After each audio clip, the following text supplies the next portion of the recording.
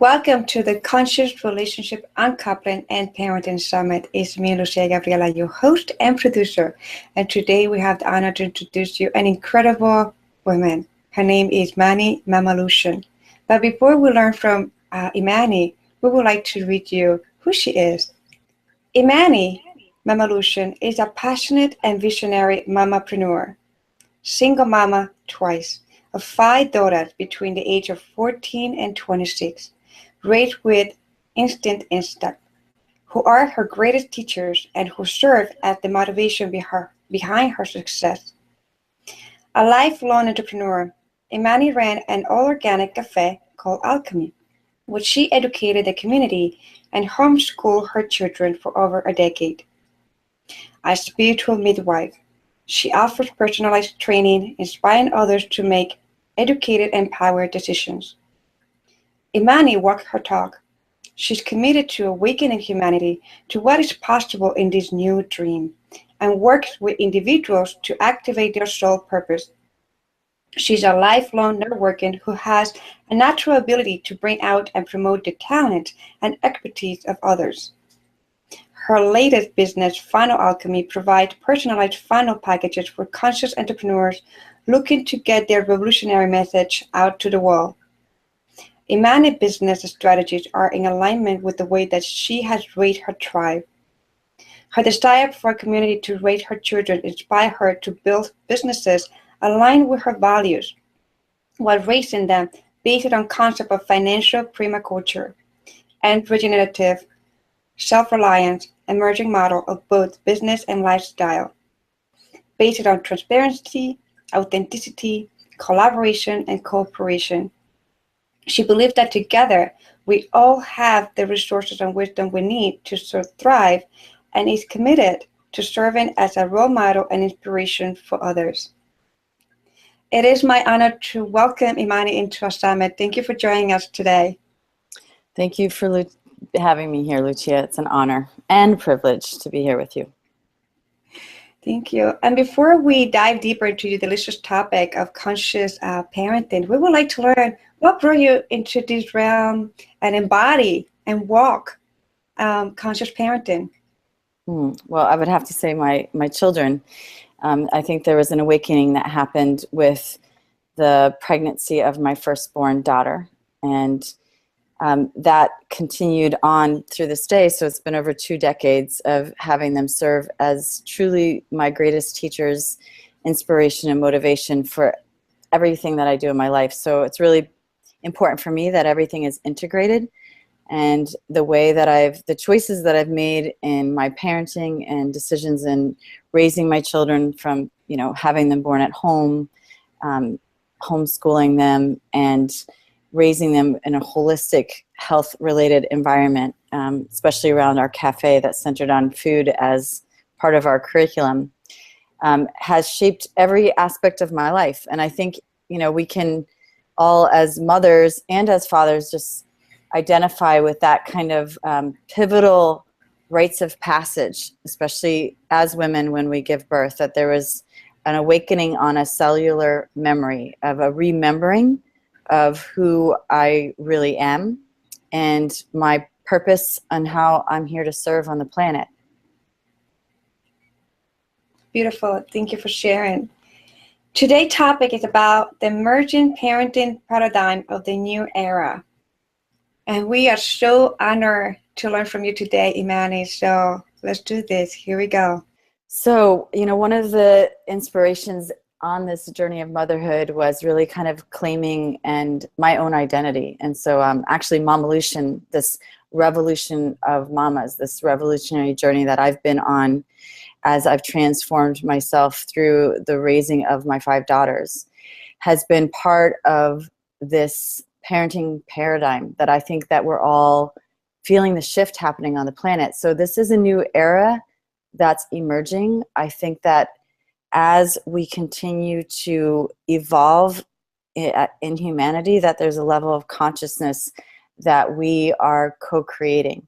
And I think that that's been a progression over time. And there's some things that, 20 years ago when I first had my daughters that were maybe not as pivotal or well known as they are today. So for example, my decision to have my daughters at home. I think now we look at things like eating organic food or home birth as somewhat of the norm. But I think, as a pioneer, that there are people that lay the groundwork for the future imprints and the future ways that our minds are thinking about things that are going to evolve. So some of the decisions that I made in the past decades shaped not only my own family, but I think those of us that were pioneering some of these ideas are beginning to kind of shape how humanity plays out. So I think one of the easiest ways for me to introduce my family and my way of raising my daughters, my children, my tribe, is through a video that one of my daughters created. We actually took the background music off so you can just see the images and I'll talk over it. But I think having a commitment to raise what I call my children with instincts intact was a conscious decision on my part to really raise empowered females. And I think that in this time where we are saturated with a lot of different ideas, a lot of different concepts specific to even our sexuality and who we are as women, was really important to me. It was sort of the cornerstone on my decision to really raise empowered, embodied females. And that was the process that I've gone through myself, not having that upbringing, but really committed to templating that and creating that imprint for my daughters. So there's some certain decisions that I made along the way that reinforce that. So one, I don't really have a strong connection to my biological family. My girls are literally my tribe and my immediate family. And so one of the things that I decided early on, in order to not duplicate the patterns and imprinting that I had from my childhood, was to make some very distinct, different decisions than the ways that I had been raised. So that started with, the moment of birth. And one of the topics that I want to just kind of plant seeds and really, I feel like the way that I share and teach and inspire in the planet is really from just walking my talk and living my life and giving others the idea that there are different choices that we can make. I think sometimes we are conditioned to believe, especially when it comes to having children, that there's certain ways to do things. So I think having just the seed planted that there is another way is how we begin to really affect change. And so one of those topics that I'm going to kind of address today starts right at the beginning, which is with conception, bringing these souls onto the planet. So I truly believe that our children choose us, and that this concept, again, of consciousness, before we even, conceive, that we set that intention. And I know many of us, kind of even parent around and do our businesses around like the cycles of the moon. And if we start tuning in with the inherent wisdom of Mother Earth and the cyclical nature of Mother Earth, and then we become aware of the rhythms of our own body and our own cycles, our own menstruation. And then we are able to, and we teach our daughters that, because I think that's one of the most empowering things we can do, is to really teach our daughters and their partners how to be in tune with their own rhythms, to celebrate those rites of passage, menarche and pregnancy, and as we go older into the menopause and those other years, that there's a celebration and acknowledgement and a wisdom that happens with those rites of passage. So as women, when we know our cycles, when we're tuned in with that, we actually know when we're fertile. And so fertility and setting the intention to bring a soul into the planet really is kind of this idea of conscious conception. And one of my mentors, Janine Parvarti Baker, who is an incredible woman, midwife, who pioneered the term free birth. She wrote the first book on prenatal yoga before anybody was doing yoga and pregnancy. And she wrote a book on conscious conception, which she was also an astrologer. So she was very tuned into sort of this inherent nature, the constellations. And we'll kind of touch on that at the end, that there is a constellation that we come into as individuals, and that family constellation that we are born into. So the certain lessons and information that we are here to glean out of this this life experience. So as parents who are bringing in a conscious soul and conceiving it in that way, and you know, I have over the years, I don't subscribe to any particular religious ideology, but I do have a very spiritual way of being in the way that I operate, and a sense of ritual has been really important to me as I raised my children. So with conception, with birth, celebrating their birthdays, celebrating certain times of the year, and certain traditions that we created or adopted have been really important. The ritual of eating a meal together. So I think that as we raise children, that ritual aspect becomes a sense of stability or security in that foundation with which we raise our children. And just to kind of plant the seed from that idea of conscious conceiving, that then we can also expand on that to the idea of giving birth ecstatically, because most women today associate birth with pain. And one of the constructs that I had to shift in my own mind was that idea that birth was painful. And so through the process of giving birth 4 times, that was sort of a conversation that I was exploring. And that's actually what led me to want to write a book on ecstatic birth and raising sensual children, because I was, you know, as someone who was then teaching prenatal yoga and doing labor support, I was really coming face to face with other women's birth experiences, going through those experiences with them, some of them quite traumatic, as you see the disempowerment that can happen or the re-traumatization that can happen for women in birth. So my intention was to create to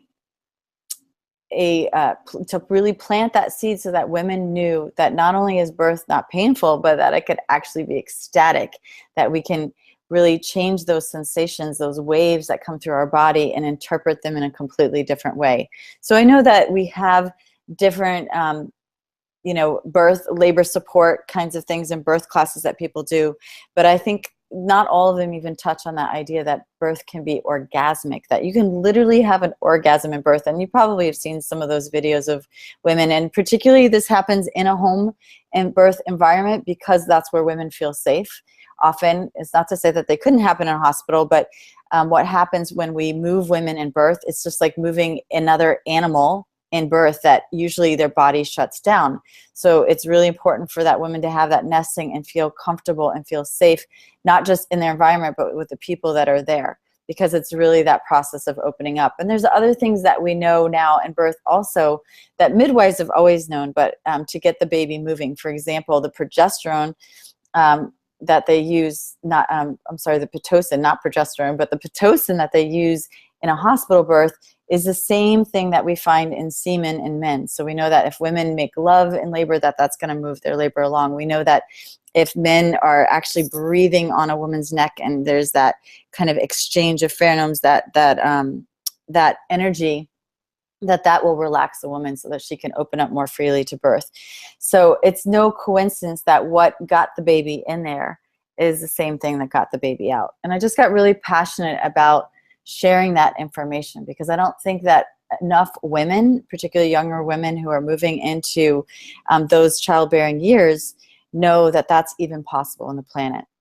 And then moving into ecstatic birth, you know, some of the decisions and choices that I made kind of continued from that empowered place, because when I gave birth to my daughter, it was like I got my body back. This is the first time that I felt whole and complete, and there was a complete download when I got pregnant with her that I knew I needed a midwife, even though I didn't know what one was at the time. And there was information that started coming through that I was channeling that was literally getting me back in alignment with, you know, who I really came here to be. And so some of that information continued as I raised my daughter. So the decision not to vaccinate, the decision to breastfeed, long-term breastfeeding, and there's, again, all of the hormones that come along with that process, and the decisions to attachment parent, to have the family bed with my children sleeping and co-sleeping next to me. So all of these began to shape this new family that I was growing.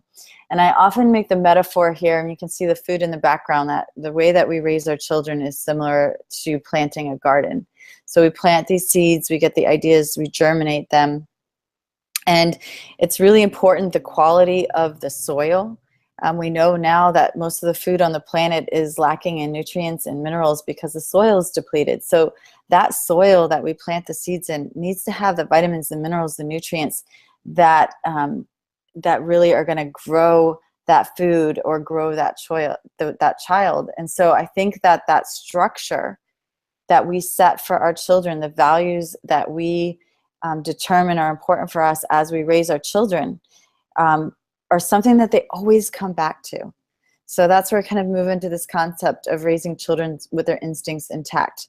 So this is something that I did, and having my children be on the same value system that I was, so that the things that were really, really important to me, and how I was raising them, were the things that I gave them choices of, but choices within the context of that value. So for example, I had a lot of mothers who would always ask me, how do you get your children to eat such good food?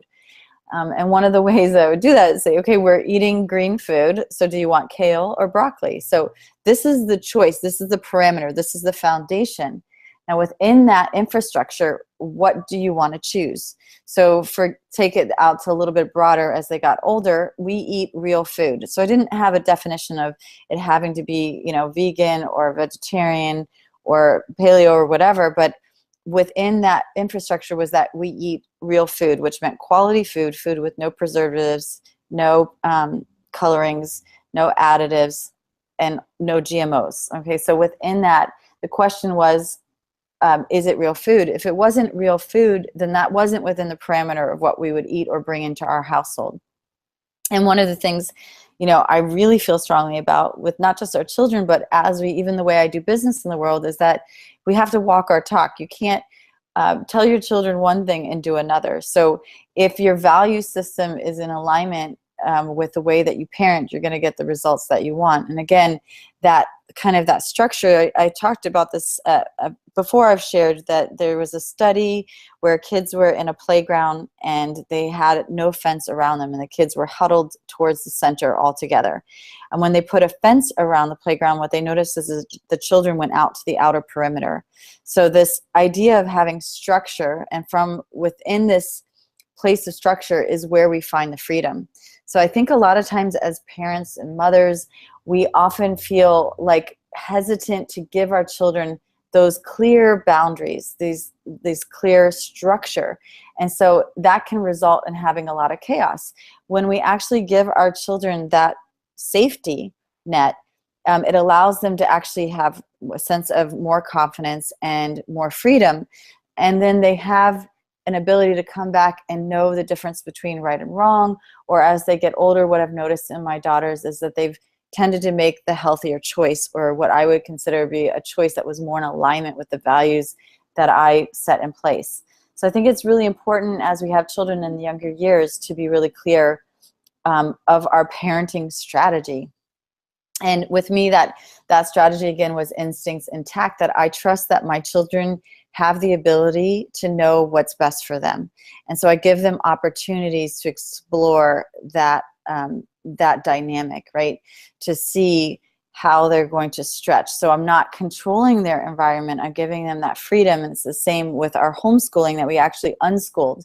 But I found that a lot of people that unschooled without any structure or boundaries often ended up with a chaotic environment. So the way that I unschooled was there's certain parameters, like we learn reading, writing, math. We have, certain things that we do in a systematic way or daily way. We're giving that structure, that safety, that enabled them to have a way to operate in the world that made sense as they kind of moved out from our, little home environment.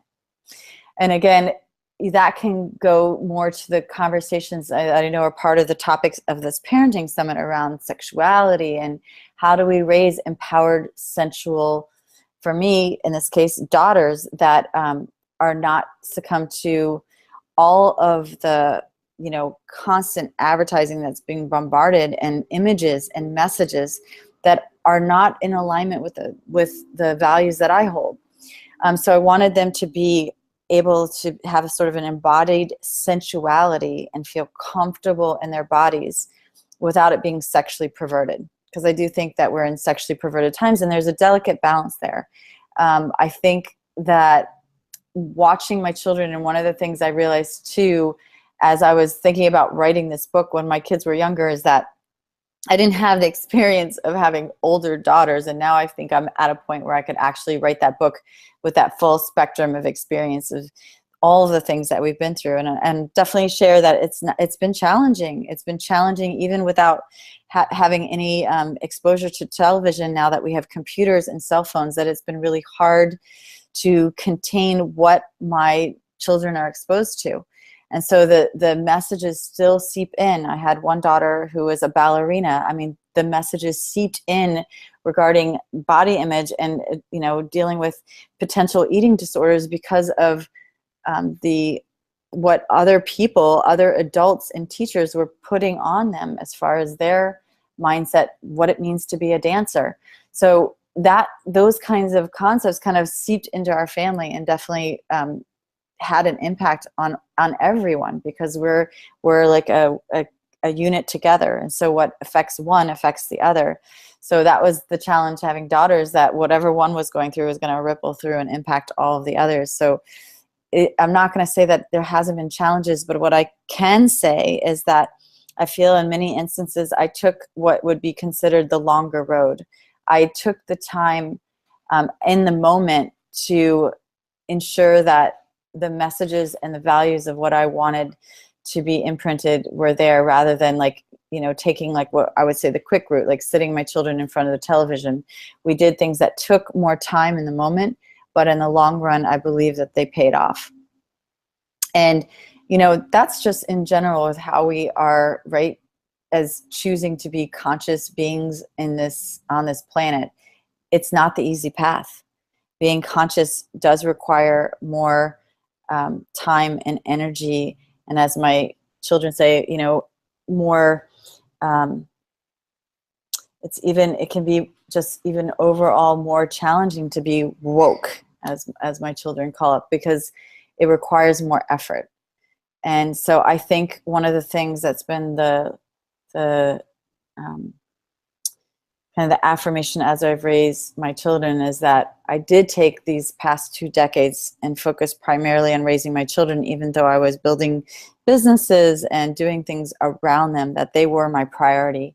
And I made the decision, even though I had been through 2 divorces, that no matter what, my choice to stay at home with my children and to homeschool them was paramount. And so everything else that I did went around that decision. I didn't change my path because I had a marriage that didn't work out. I still held to my values and my decision to raise them in a certain way. And so I think that kind of brings me to the next topic, is returning to our tribal ways. Now, tribal ways, I like the term tribe, and I think a lot of people are using it now because it really makes us kind of get back in touch with this kind of connection to community. I think we have lost touch with that, particularly here in the West. We don't understand. We don't have extended family. Many people, especially single mothers, feel like they're doing it alone. We don't have the support system. We don't have the other adults to step in, and in a community, there's more than one adult. And we know that even from a psychological perspective, that it's more, we are better parents, better mothers when we have the support of a tribe. I think a lot of women are suffering from, depression and overwhelm and anxiety. And one of the things that I do in working with those women is specifically addressing the nutrients that are missing, because again, we have that paralleled with the toxicity on the planet, with the food that's lacking in nutrients, with the amount of things that they're putting into our water, spraying into our skies, that we are not operating at our optimum level of performance. So when you bring the body back into balance through superfoods like medicinal mushrooms and CBD, that we can begin to address that on just a physical level, and then move on to the emotional and then into the spiritual level. Because ultimately for me, raising my daughters has been my spiritual practice. It has been a spiritual experience.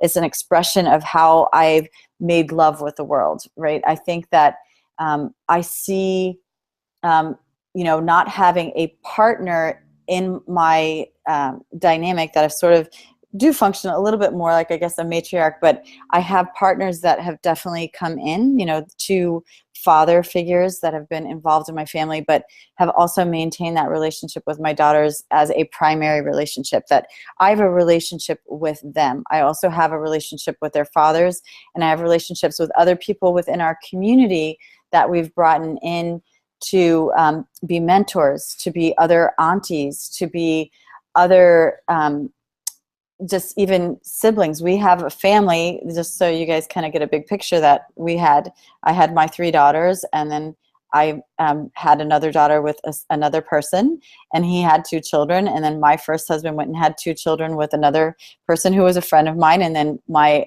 second husband had a wife who had another child. So within our group, our tribe, we have an incredibly complicated blended family. I think that that's what's happening in these times, that the way that we're defining families is not the traditional family that we've known in the past.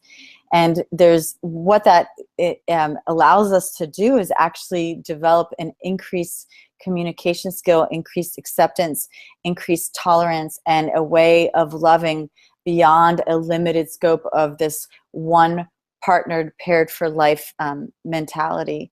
And so it's definitely pushed me in ways beyond what I thought I was even capable. And I think the result for my daughters has also enabled them to have a different definition of what relationship is about, and to not have a single idea of how they're going into relationships. So as a result, I've seen the ways that they're relating with others, the way that they're coupling with others has been quite diverse, and actually feels very healthy and empowering and positive as I witness that. And not to say that they haven't had growth and experiences that haven't been, but I think the trajectory overall is that they're on a path where, if I look at where I was at their age at 19, really still steeped in codependent behaviors and not really understanding what I would say are more of these complex ideas of relationship, that they have a tremendous advantage because of not just the times, but the exposure within our own family constellation, our own dynamic. So I think when we move towards getting back to these tribal ways of trying to be in community, one of the things that we have to remember is that we really don't have a context for that. We have to relearn, and again, practice how to be in community. I think a lot of times we get things wrong. And the only thing that I would say that I have on the side, on the air of caution, is that I have been really hesitant and again, conscious of exposing my children to things that I was working through on my own. Specifically, I would say in the realm of relationships. So, or a new idea. It's something that I needed to work out myself before I brought all of them into it. I didn't go on this path of like, and maybe my children have a different perspective, but like dragging them through a lot of things. Definitely a lot of ideas as far as businesses and new concepts. There was a journey that we took together, but I was also protective of what I exposed them to as I was on my own journey. I think, again, that goes back to like having those values in place in the structure, because ultimately this new family constellation that we are defining, we are all showing up as individuals within that constellation. And I do believe that there's an agreement.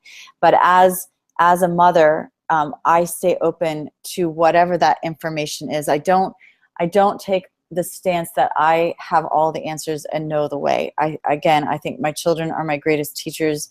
They continue to push me and get me to expand in ways beyond what I ever imagined.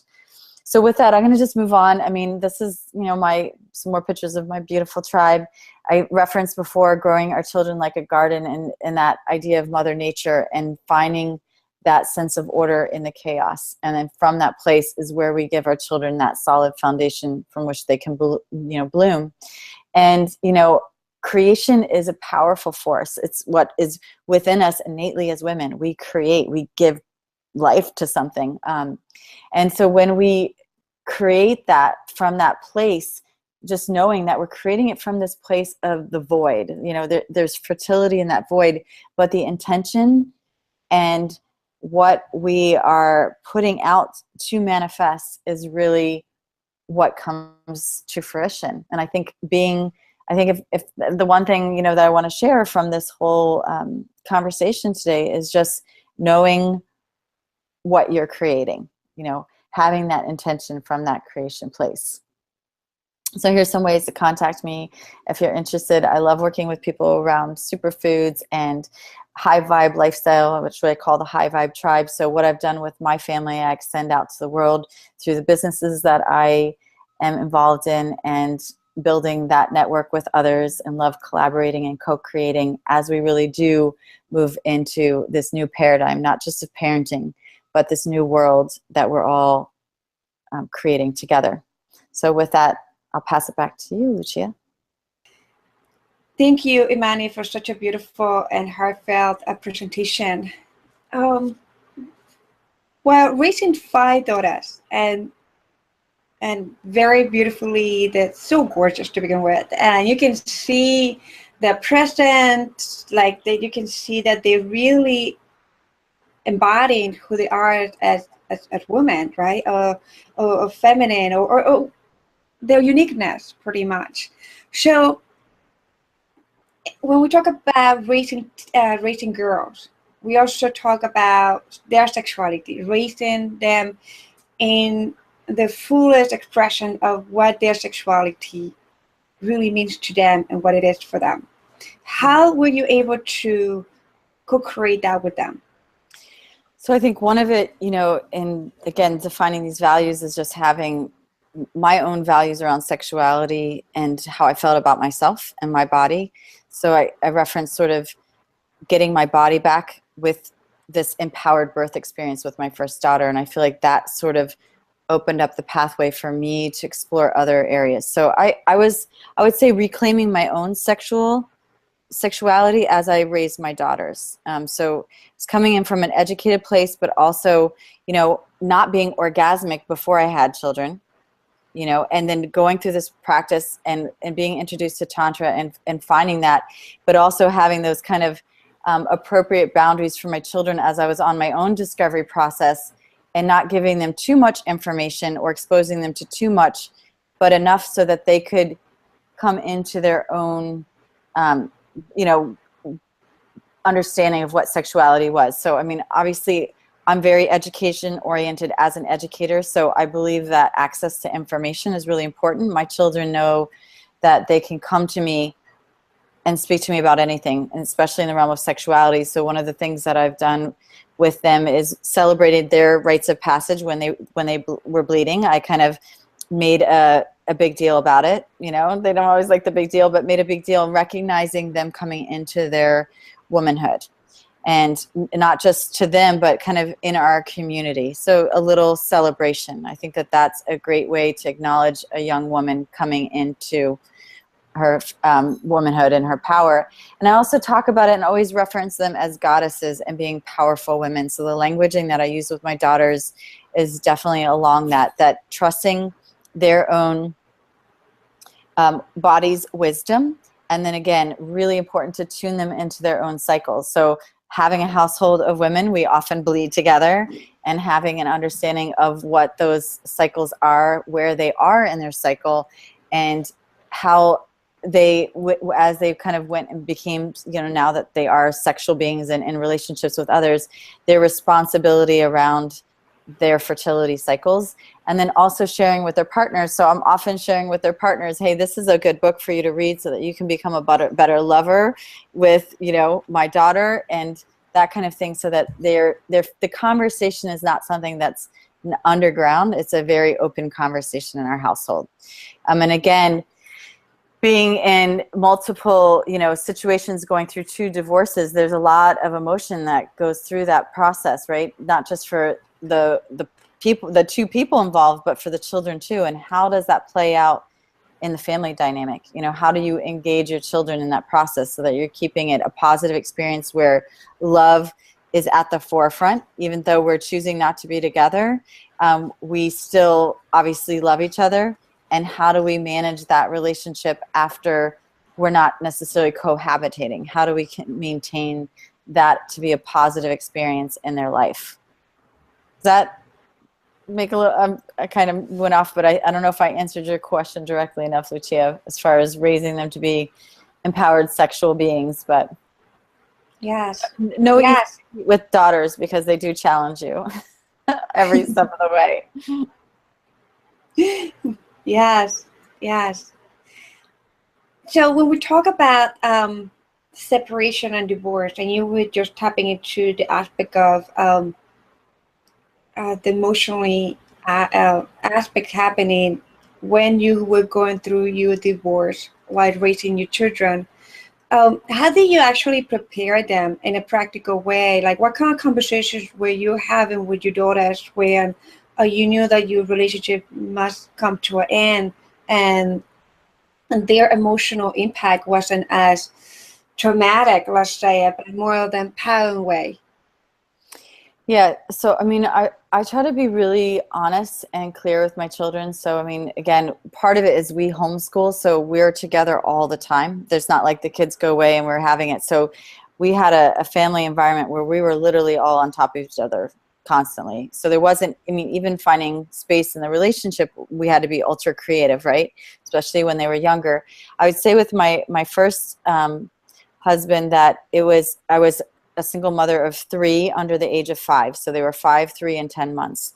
But the decision I made at that point was that it wasn't like it was a truly conflictual relationship. It just was, I was young at that point when, I first had my first daughter, I think at 25. So I was still young in the aspect of relationships and what was a healthy, passionate relationship. So I would say that was a relationship coming from a tumultuous childhood and some sexual abuse, that it was a safe relationship for me.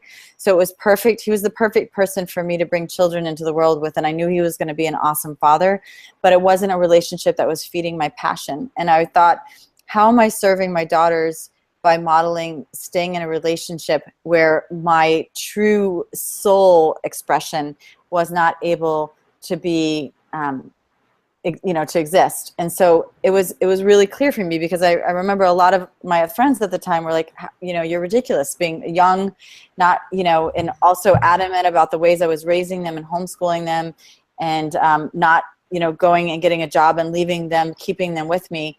How are you going to make that happen? And so it was just very clear to me, though, that by staying in the situation, I wasn't serving them.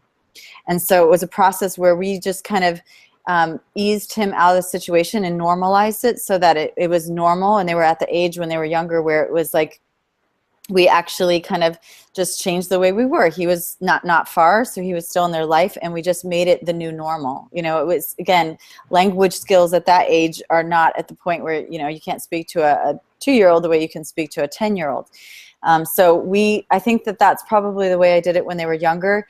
It's really interesting. When he decided to move away, which was a couple hours away, and remarry and start a new family years later, that was as if we had just gotten divorced. All the emotions of like the separation actually happened way after the time that we really actually separated. So it kind of proved to me that you can really normalize the situation, and his choice to do that actually impacted, I think, down the road, a lot of things for the girls, and was traumatic for them. And then, as a mother and being in a relationship, you can't always control the other person. You can only control what happens in your household. I would say that I think it's really important to do whatever we can to, one, consciously choose our partners that we're having children with first and foremost, because I know so many women who are in situations where there wasn't that conscious choice, and now they're battling over the children. And I think that's one of the most heartbreaking things for everyone in the family, is when you don't have that, you can't even agree on how you're going to be a new family, right? So the path of mediation, I've always taken the path of least resistance. I've always kept the court out of my family life. So that was a first priority for me, to not have anyone else tell me how to raise my children. I think once as women we lose that power, it can be a path, and especially in certain states where there's not a supportive family court system, that it can be a really difficult journey. So I think that keeping a sense of peace and agreement that we're keeping what is best for our children at the forefront, and also maintaining our values and being able to really, really communicate, even in situations where communication might be challenged, is really important. With my second marriage, the children were older, so it was a completely different conversation. I mean, they were part of the process, and I feel like I really do. Both both of my ex-husbands, I think at different points said that I kind of give my children too much say, too much, like they both kind of come more from it, like, we're the adult, we tell the children what to do. And I've always been the one that says her opinion or perspective is just as important as yours. I've never put my child not equal to my partner. So because I'm not going to, especially as a mother bringing other men into your realm, I think it's really important, and being someone that came from sexual abuse, that we listen to our daughters and what they have to tell us. So that is something that I've definitely put into their psyche, that one, they can always come to me, and whatever they have to say or share with me is relevant. I'm never going to dismiss whatever their perspective, point of view, or experience is, even if maybe the context, we need to have a conversation about it. If something felt inappropriate to them, that we would be able to have a conversation. It's not like, he's the adult, we don't listen, be quiet. That is not the way I've raised my children. I've raised them to be very opinionated, and again, that longer path, because it takes a lot more energy to have opinionated and fierce daughters than it is to not have them. So, and I know that, sometimes I wondered what I did, like, what did I do? Saying, your opinion counts. I want to hear what you have to say. Because sometimes especially if you have 5 of them come at you, you're like, I'm not sure I want to hear all of this right now, So I think I think it's really important to make sure that our children have a voice, and that even if there's something that we're doing as a parent that's uncomfortable, or someone that we've brought into their sphere that they're not trusting and comfortable with, I think we need to, again, instincts intact, listen and trust that intuitive, wise aspect of not only ourselves, but what they're bringing to the table as well. Does that make sense? Makes sense. And I resonate with you so much when it comes to raising a child where their opinion, their feeling, their perspective, what they actually creating really matters and is important into the dynamic of the family. So I totally feel what you're talking about. And it's a balance, because you don't want them taking over. You need to have charge, but you also want them to feel valued and important, for sure. Yes. And just having that beautiful conversation. And what I'm hearing from you is to really be coming from a place of being honest and vulnerable with your conversation with your kid. That will create be a better role model for them when it comes to them also expressing what they desire to express from a place of being vulnerable and honest and trusting themselves, like you say, that instinct, like really trusting themselves, the body. Yep, that inner GPS, that's true. And I think that's something I learned over that journey, because I think in the beginning I thought I had to be like a super mother, have it all together, have all the answers. And I think with anything, in any relationship, the more authentic, the more vulnerable, and the more real we can be. We're not serving our children by like holding it all together. I mean, I don't tend to be an overly emotional person, but they've definitely seen me at my vulnerable moments, and I share with them, like even right now, this morning, I share with my daughter just some anxiety I was having around a situation that involves her. Children are perceptive, they're intuitive. I have highly psychic children, that knew things even before I was willing to see it, and so that's where I had to kind of put my ego in perspective too, to say, hey, maybe they're understanding or seeing something or showing me something that I need to see that I'm not willing or ready to see yet. And so again, that humbleness of them being our teachers, not, having the structure, not losing control of your household, but also making room for them to be individuals and human beings that they are. Beautiful. I love the aspect that you mentioned about the humbleness of them, of being humble to, in some level, act for that perspective. I have felt in my life that I always say, even in this summit, my daughter is the greatest inspiration for this summit in so many levels. And I share with even everyone, her counselor, my lawyer, everyone, she is the individual that has helped me to see many aspects of myself that I didn't see. So when I become humble and I invite her to share what she's seeing that is not in alignment with our dynamic, and I respect that, and she can respect the decisions that we make together. That when Yes. I invite a dynamic that needs to be done, she respected, compared to other people that they don't approach her that way, and they just make her feel like she's a baby, that Right. she's not smart, that she's a baby, she had no idea what she's doing and what she's saying. And I'm raising her in a way where she's a master. Voice. Yeah, master, Yeah. and she has a voice. And part of that is we're actually templating how for them to be in relationships with others, how to communicate their needs, how to communicate what's important to them.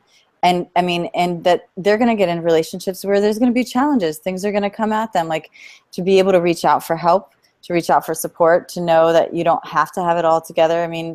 There's, those tumultuous years when they're going through all of the emotions in the teenage years, it's challenging. The depression, the other influences of other children or friends. There's so much that comes up. You want to keep that channel of communication open with your children so that they can always feel like your door is open and they can come and talk to you no matter what. And there's going to be years or times or days where they don't, for sure. But what I've seen now, as mine are starting to get older and they're 21, 23, and 26, was, I was like praying, I hope it will come back around. But now they're coming back around. And I remember when I was like single mom with all 5 of them at home, and I was like, oh my goodness, I don't think I can handle this.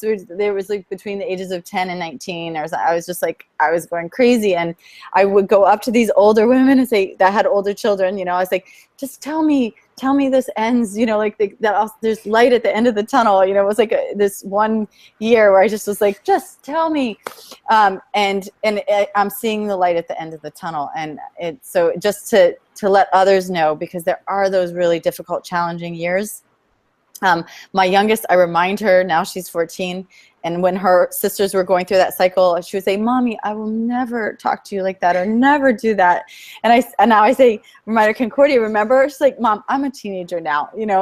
It's like out the window, like that's not relevant. But so they go through that, and to have those realistic expectations and know and not take things personally. That's the other thing I think is really important, because I saw in my partners and girls can be vicious, that, right? So, like, especially with their words, and they took everything so personally. You have to be strong and know that this is just where they are in that emotional moment, and not let it shake you up, or not have it mean everything. If they're saying this or that there's probably a little bit more to it, or they always come back and say, oh, I'm really sorry. I was having a fit or whatever, but not to take it personally. Yes, not to take it personally. And also, like, one of my mentors who's going to be in this summit too is Francesca Gentile, that she actually shared with me in one of her trainings. We're not allowed to vomit our emotions upon anyone. So I have took that little wisdom nugget and apply it into my daughter, and that seed I will imprint on her, not in her, on her, however you say it, but I will imprint it, and hopefully, when she goes into those teenager years, she have the mantra of like, it's not my right to vomit my emotions upon others. But the other thing with that, Lucia, is that I think this is really important, again, as raising daughters, that we have to come to terms with our own power and our own fierceness. So we have to give them room to explore the full range of emotions, because then, especially if we let them do it at the younger years, then they're not as intense as they get older. But if they feel like, and I think many of us in our generation feel that we controlled our emotions. We were, reserved and worried about what everybody thought. Like, my kids say things, and then they realize, oh, that was probably inappropriate, but they need the experience of going through that on what it's like to emotionally vomit, so you can then not do that. You know what I'm saying? Yes. So but I feel like, let them be as intense as they can, so that then they can not feel like they're bursting at the seams and kind of containing themselves, and like that brewing under the skin. As I think now that I've seen them go through it, they've tempered out, and they don't have that intensity as often. But as girls, I don't think we give girls enough opportunity to really be strong, fierce, powerful, obnoxious, and whatever, and so that's, but again, I set boundaries on it. You need to do that, go somewhere else. But, do it, but don't take it out on me, So. Yes, and that's an important point that you making here, where we can express our emotions, but within our boundaries, where we know when, where, and we're not hurting anybody outside. Like, we really it's about us. It's about us expressing our emotions and our feelings, and getting aligned with that. But it's like we're giving them the tools. We're giving them a toolbox on how to actually be in healthy relationships. I mean, isn't that the ultimate of what we're trying to do here, is teach our children through what we're learning in our own experiences, but also give them opportunities, because we know when we, work with people, that we can't do it for them. We have to let our clients or our children go through their own experience. Because often I wanted to say, hey, I already did that. You don't need to do that. I figured it out. Like, take this road here, right? And sometimes we have to let go. It's like we have to let go and let them go on their own journey. And I think that's probably the hardest thing as a mother, to witness your children going through something painful, something challenging, something heartbreaking. I mean, because, we want to take that pain away. We want to take the struggle away. We want to save them or protect them. So it's that, again, that very delicate balance of giving them the tools that they need to make the best decisions, and hoping and praying. A mother's love is the strongest force in the universe. To always energetically surround them, protect them, and help them to be on that path to do what is for their highest self and their highest good. But to know when to let go and when to hold on. It's quite the adventure. Beautiful. So what I'm hearing, that we're providing the tools for them to be able to address the contrast of situations. Like, from I love to listen to Abraham Hicks when she talked about, the contrast is as much as important as the rocket of desire that you throw to the universe, right? Because the contrast allows us to know what we don't want, to know what we desire.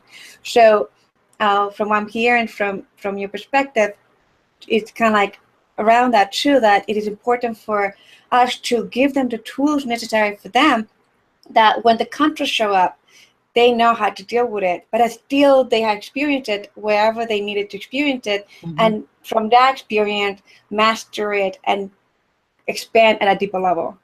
Absolutely. Yep. That's it in a nutshell. I think we have to let them have their own journey, but be there by their side, sort of. And that's why I like that kind of spiritual midwife. Like, we're here, and they know we're here if we need them, and we can guide them, and we give them all the knowledge that we have, but ultimately it's up to them to pave their way, Beautiful. I know that we can talk forever with Imani. And we thank you so much for joining us today. So if you do have a last word of wisdom that you would like to share with our community, what would that be? I think, just to sum it up, we've talked about this aspect of just going into not only parenting, but all of our relationships from this place of consciousness. And also being gentle with ourselves from that place of wherever we are at this particular moment in time, and just kind of, for me, a spiritual practice connecting with source, and you referenced Abraham Hicks. I mean, whatever that is for you, I use a lot of mantras to kind of guide me on the way that I interact not only with my children, but with my family and friends and my business partners, like all of my relationships, so that I'm going into it from that place of mindfulness and intention and consciousness. So I think that if more of us are doing that on the planet, we're going to create more of the love that we're all envisioning and wanting to take in and receive. Thank you so much. So how can we find you again? You can go into my website, mamalution.com. There's some links there to all the things that I'm up to with the superfoods and the businesses and the coaching. So that would be a good place to find me. And on Facebook. Thank you so much, Imani. Thank you, dear. We thank you, our amazing community, for joining us to another incredible episode of the Conscious Relationship Uncoupling and Parenting Summit. And we'll see you in our next episode. Have a great day.